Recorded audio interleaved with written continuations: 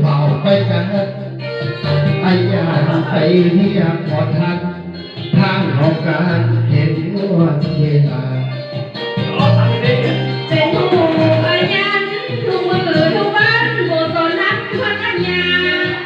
คอยไว้ดูเวลาแต่ตอนกลับมามันเป็นสังเวย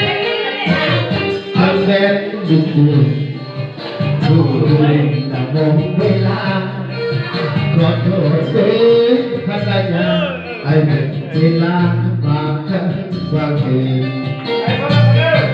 ที่ใจจะเรามีแต่ว่าเรารักเลิกกันเดือนเราตัวยามมือของมือซื่นได้หันสะทืนหายไปข้างสาย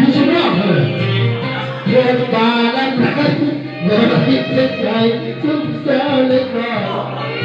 กรุณาช่วยขอปล่อยเส้นเหตุฟังข้อมูลใส่ไหมซุ้มหานสาวน้อยกินก้อยหอยสาวน้อยแซ่บหลายอย่าให้เมียไงจับใจซุ้มบ้านไผ่ขึ้นแรงมันดีเรียกว่าตามติดตามเราเศร้าเชื่อเดียวหลอกเพียงเรา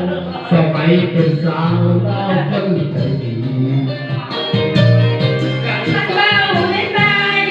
ลองเด้อไอ้ที่ห้องพาไอ้นี้อย่ามาสักหน่อยเบานี้ว่ามาสามีดีสุดก็แต่นอนเสย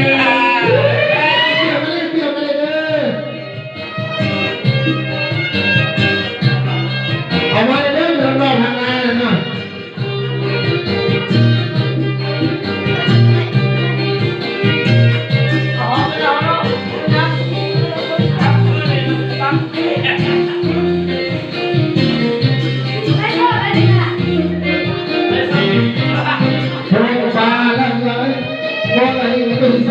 สุดแถวเล็กก่อนกรุณาคนโทรปล่อยเสียเหตุปันโน้ใส่ไหมซุ้มหานสาวน้อยกินก้อยหอยสาวน้อยแสบหลายอย่าให้เมียไหลจับใจซุ้มบ้านไผ่ขึ้นแรงไปนี่ว่าได้ใส่นะเทียบรักคุณทีบางทีข้างหน้ามาเศร้าเป็นเพื่อนอยู่หลอกเมียเมาสมัยเป็นสาวเล่าคนใจโอ้ยใจหาเลย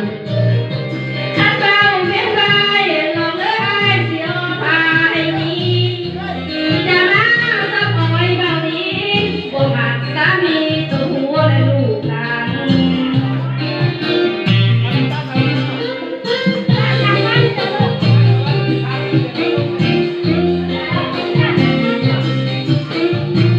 เอาสองส่วนเลย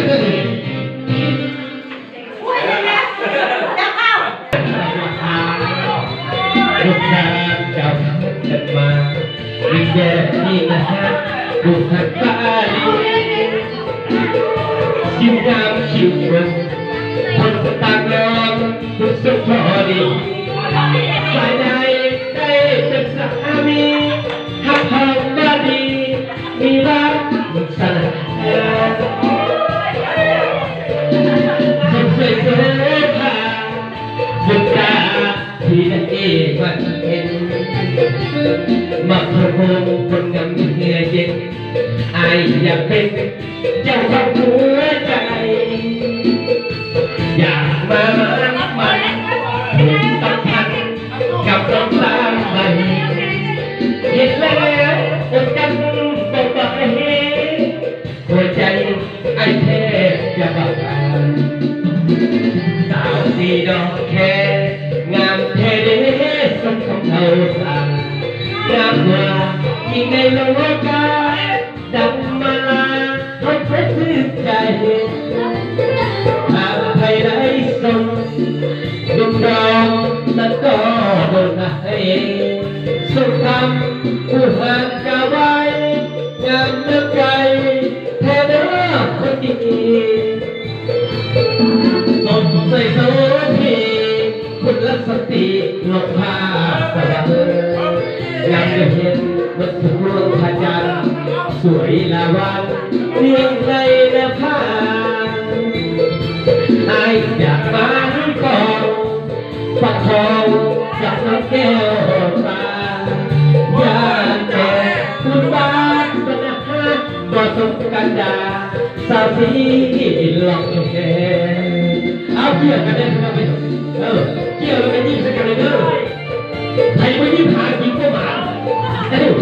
เอายิ้มเลยยิ้มเลย